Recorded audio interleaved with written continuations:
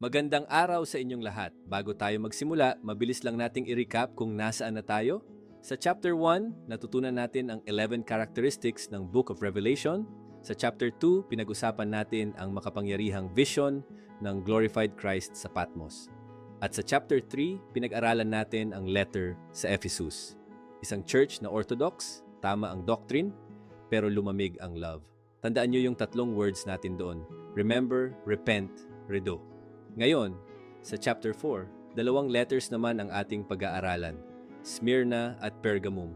Dalawang churches, dalawang magkaibang situations, dalawang magkaibang messages. Ang Smyrna ay nakaranas ng pinakamatinding suffering. Pero ito rin yung tumanggap ng pinakamalaking commendation. Walang rebuke, guys. Wala talagang batikos.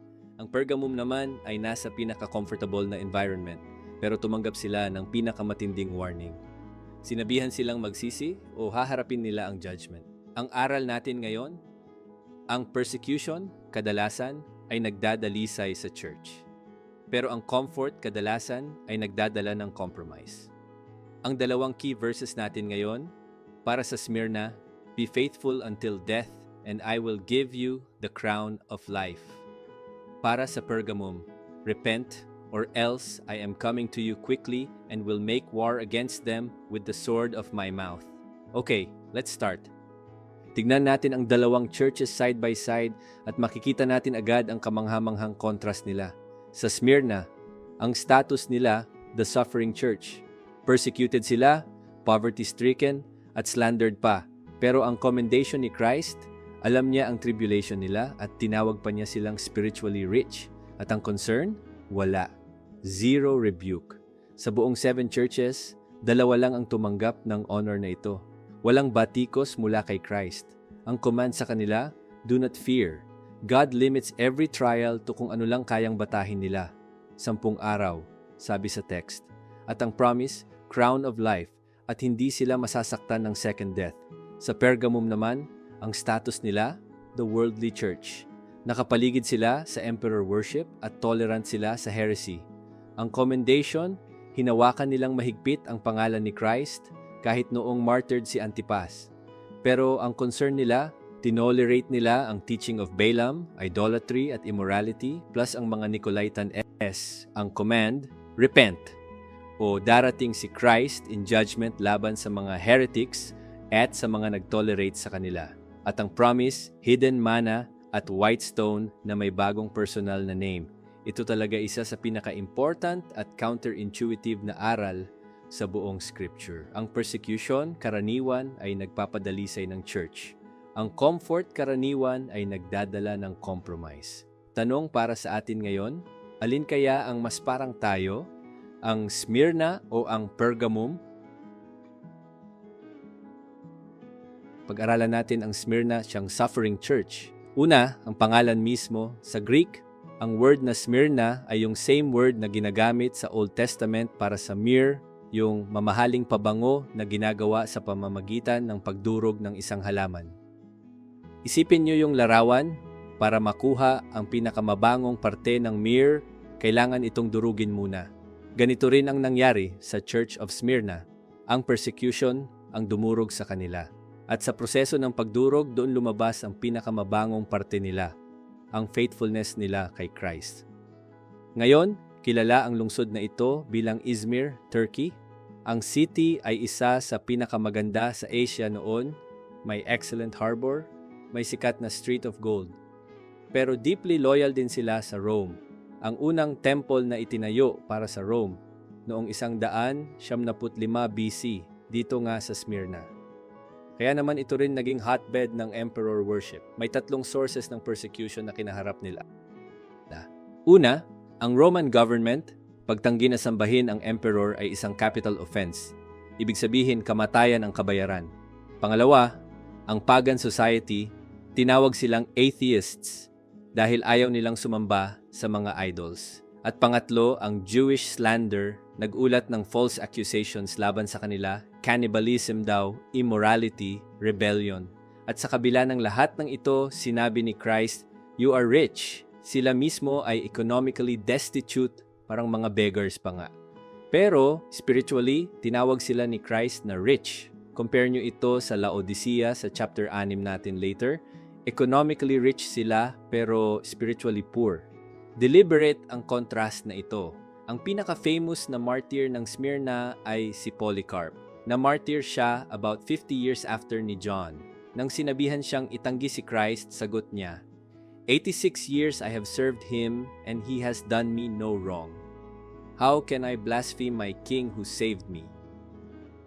Sinunog siya ng buhay. Ito ang resulta ng church ng Smyrna. Katapatan hanggang kamatayan.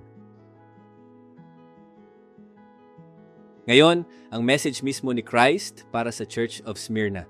Pansinin niyo, walang rebuke. Wala siyang sinabing, kailangan niyong ayusin ito o meron akong laban sa inyo. Para sa suffering church, ang message ay pure comfort at pure hope. Ang command, do not fear what you are about to suffer. Pansinin natin, do not fear, hindi do not suffer. Hindi nangako si Christ na aalisin ang suffering nila. Nangako siyang susuportahan sila sa loob ng suffering. Sabi ng text, may darating pang persecution, imprisonment by the devil, pero sovereignly limited ito ng Diyos sa 10 days.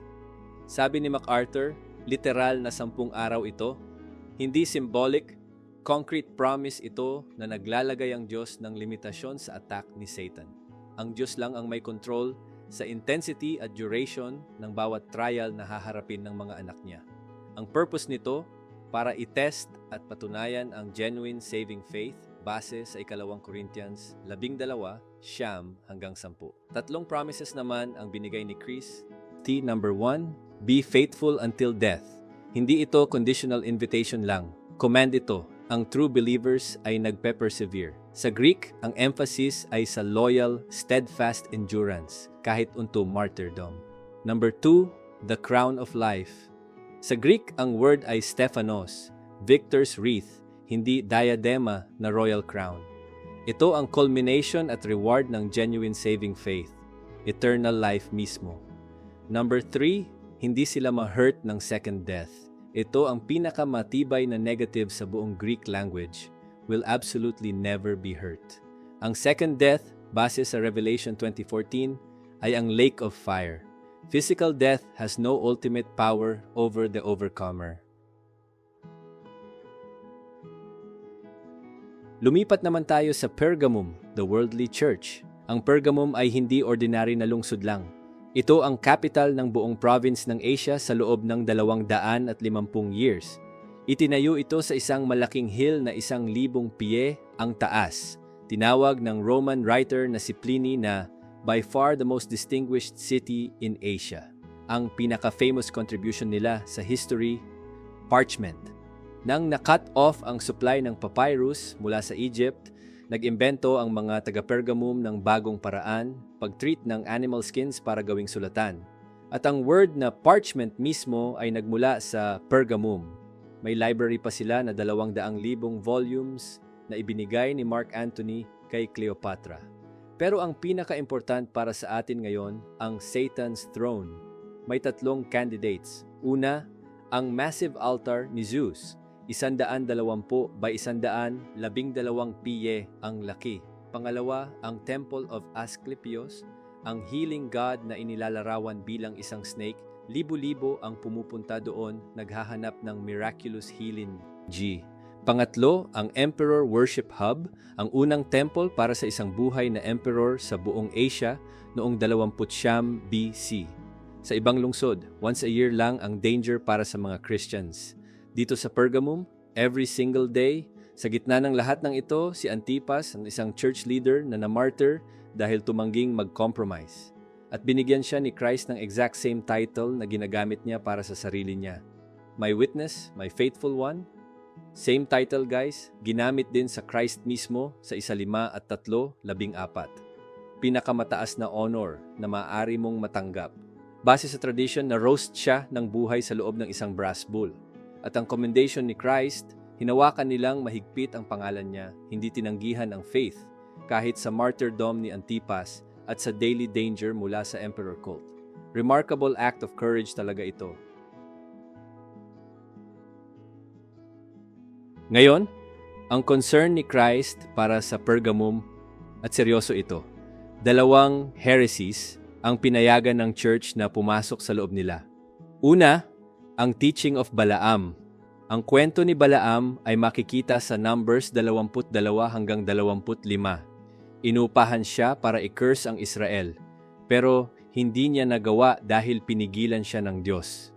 Kaya gumawa siya ng ibang plano, ginawa niyang corrupt ang Israel mula sa loob sa pamamagitan ng pag-akit sa kanila sa idolatry at sexual immorality gamit ang mga Moabite women.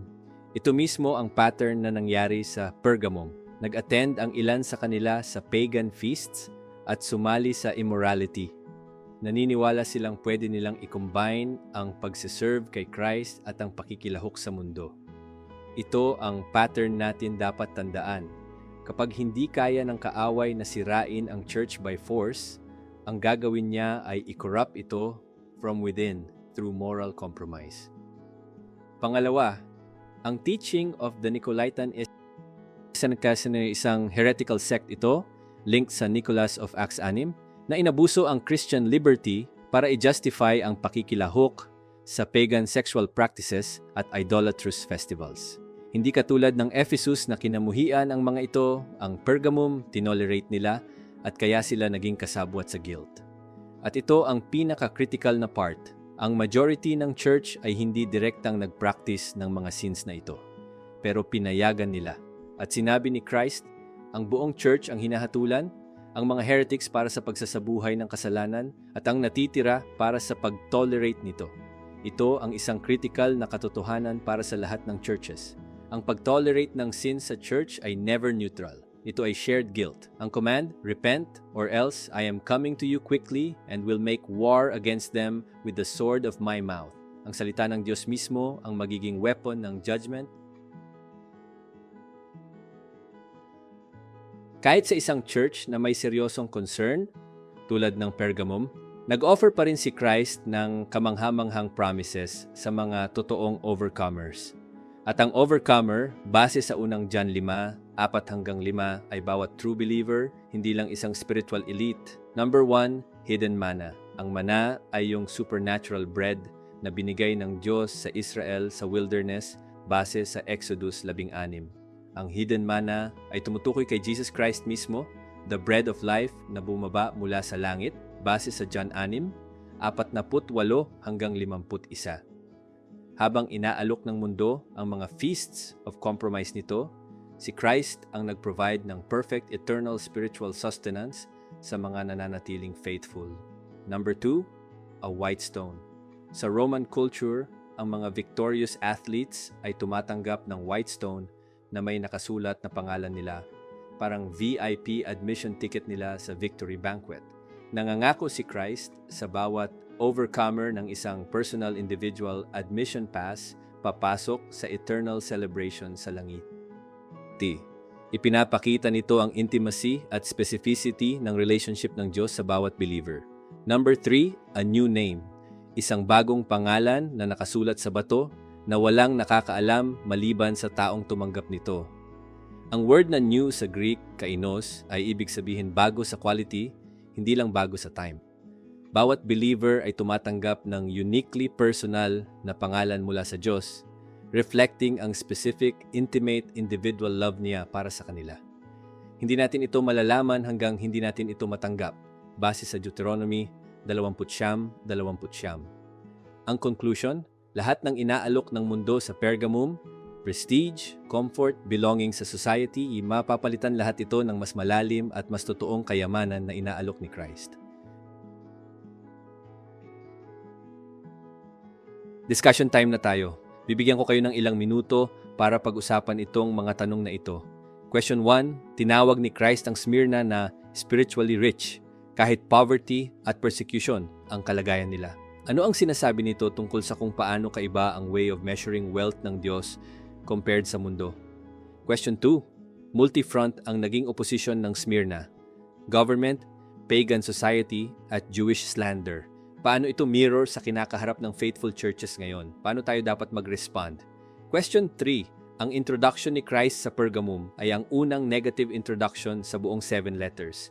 Ano ang sinasabi nito tungkol sa kung gaano kaseryoso niya kunin ang compromise? Question 4. ang buong Church of Pergamum ay hinatulan.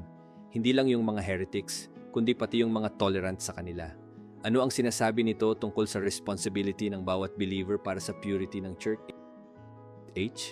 Habang pinag-uusapan nyo ito, tandaan natin, ang paraan ng pagpapakilala ni Christ sa sarili niya sa bawat letter ay nagsasabi ng something tungkol sa kung paano niya sinusuri ang situation ng church. Para sa Smyrna, kaginhawaan; para sa Pergamum, warning. Ngayon, papasok na tayo sa pinaka-personal na bahagi. Question 5, base sa verses 9 hanggang 10. Nasa season ka ba ng suffering ngayon? Ang message ni Christ para sa Smyrna, I know your tribulation, you are rich, ay para sa iyo. Ano ang ibig sabihin kung talagang paniniwalaan mo na spiritually rich ka sa paningin ng Diyos? Kahit anong outward hardship ang kinakaharap mo, pag-isipan mo ang isang specific na bagay na binigay sa iyo ng Diyos na hindi kayang kunin ng mundo. Question 6, base sa verse 10a, ang 10 days ng tribulation ng Smyrna ay nagpapakita na ang Diyos ay naglalagay ng limitasyon sa duration ng bawat trial. Tignan mo ang past mo. Meron ka bang season of suffering na ngayon mo lang na-realize na binigyan ng Diyos ng boundary? Paano nagpapalakas ang history na yon sa trust mo para sa present trials? Ano ang ibig sabihin ng sovereign control ng Diyos sa duration ng trials para sa fear level mo ngayon? Question 7, basis sa verses 14 hanggang 16. Saan ka posibleng nagtotolerate ng worldliness o compromise sa buhay mo o sa church nyo? Hindi sa pag-practice nito, kundi sa pag-ayaw mo i-confront ito? Ano ang magiging hitsura ng faithful, loving, pero firm na action this week? Maging specific, hindi tungkol sa iba, kundi tungkol sa sarili mong areas ng silent tolerance. Ito na ang memory verse natin ngayon mula sa Revelation 2:10b, NASB translation. Basahin natin ito ng sama-sama. Do not fear what you are about to suffer. Be faithful until death and I will give you the crown of life. 3 parts nito. Una, do not fear.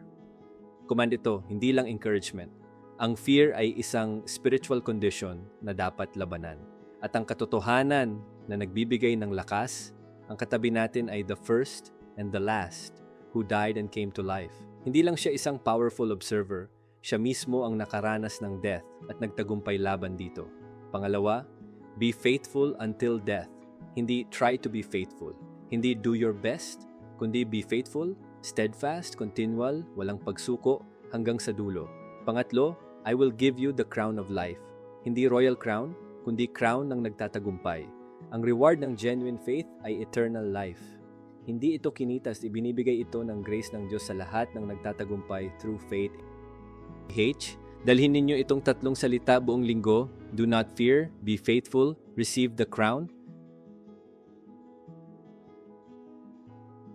Para sa personal study nyo this week, narito ang 8 cross-references na directly connected sa ating pinag-aralan ngayon. Gusto kong i-highlight ang 3 dito. Isaiah 44, 6 at 48, 12. Dito makikita natin ang the first and the last bilang title ng Diyos sa Old Testament. Nang in-apply ito ni Christ sa sarili niya sa Revelation 2:8, ito ay isang clear at direct declaration ng pagka-Diyos niya. Ito ang katotohanan na nagbigay ng comfort sa isang suffering church. Numbers 22 hanggang 25, ang buong kwento ni Balaam. Kapag binasa niyo ito, makikita niyo ang exact pattern na nangyari sa Pergamum. Hindi kayang sirain ng kaaway ang bayan ng Diyos from outside, kaya sinisikap niyang i-corrupt sila from within. Ito ay isang eternal na strategy ng kaaway na dapat maintindihan ng bawat church. James 1:2 hanggang 4, ito ang theological foundation kung bakit ang persecution ay nagdadalisay ng church. The testing of your faith produces endurance, and let endurance have its perfect result. Ang Smyrna ang living proof nito. Iba pa sa listahan. Acts 11:10 tungkol sa Ephesian ministry ni Paul kung saan pinagmulan ang Smyrna at Pergamum. Romans 2:28 hanggang 29 tungkol sa true Jew. Unang Corinthians 5:6 hanggang 7 tungkol sa leaven and the lump. Hebrews 2:14 hanggang 15 tungkol sa pag-destroy ni Christ sa power of death. At Revelation 20:14 at 21:8 tungkol sa second death. Basahin ninyo ang isa o dalawa dito this week bilang parte ng personal devotion nyo. Malapit na tayong matapos. Bago tayo magdasal, i-recap ko muna ang 3 pangunahing aral natin ngayon. Una, ang persecution ay nagdadalisay sa church. Ang Smyrna ang pinaka-nahirapan, pinaka-nagdusa, o pinaka-pinuri ng Diyos. Walang rebuke, pure comfort, dahil ang hardship ang naggawa sa kanilang dalisay. Pangalawa, ang comfort ay karaniwang nagdadala ng compromise. Ang Pergamum ay comfortable sa outward, at sa comfort na yon, tinolerate nila ang kasamaan. Sila ang tumanggap ng pinakaseryosong warning. Ang aral, ang mga seasons of comfort ay nangangailangan ng mas malalim na spiritual vigilance. Pangatlo, hindi lahat ng tolerance ay love. Minsan, ang pag-tolerate ng sin ay tinatawag nating grace o acceptance, pero tinatawag ito ni Christ na pagiging kasangkot sa kasalanan. Ang totoong love para sa church ay nangangailangan ng katapatan. Para sa susunod na session, babasahin natin ang Revelation 2:18 hanggang 3:6. Chapter 5 na natin. Dalawa pang bigger challenges. Thyatira, ang church na tumolerate sa isang babaeng tinatawag na Jezebel, at Sardis, ang church na may reputation na buhay pero patay na sa katotohanan. Manalangin na tayo. Panginoon, salamat po sa iyong faithfulness sa Church of Smyrna at sa lahat ng nagdusa para sa pangalan mo sa kasaysayan. Hiling namin na ang katapatan nila ay maging inspiration namin para sa mga nasa suffering. Bigyan mo po sila ng grace na maniwalang kayamanan sila sa paningin mo. Para sa mga comfortable, bigyan mo po sila ng tapang na harapin ang mga areas ng compromise.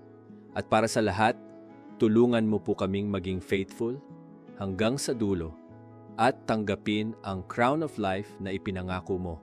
Sa pangalan ng isang namatay at nabuhay muli, si Jesus Christ. Amen.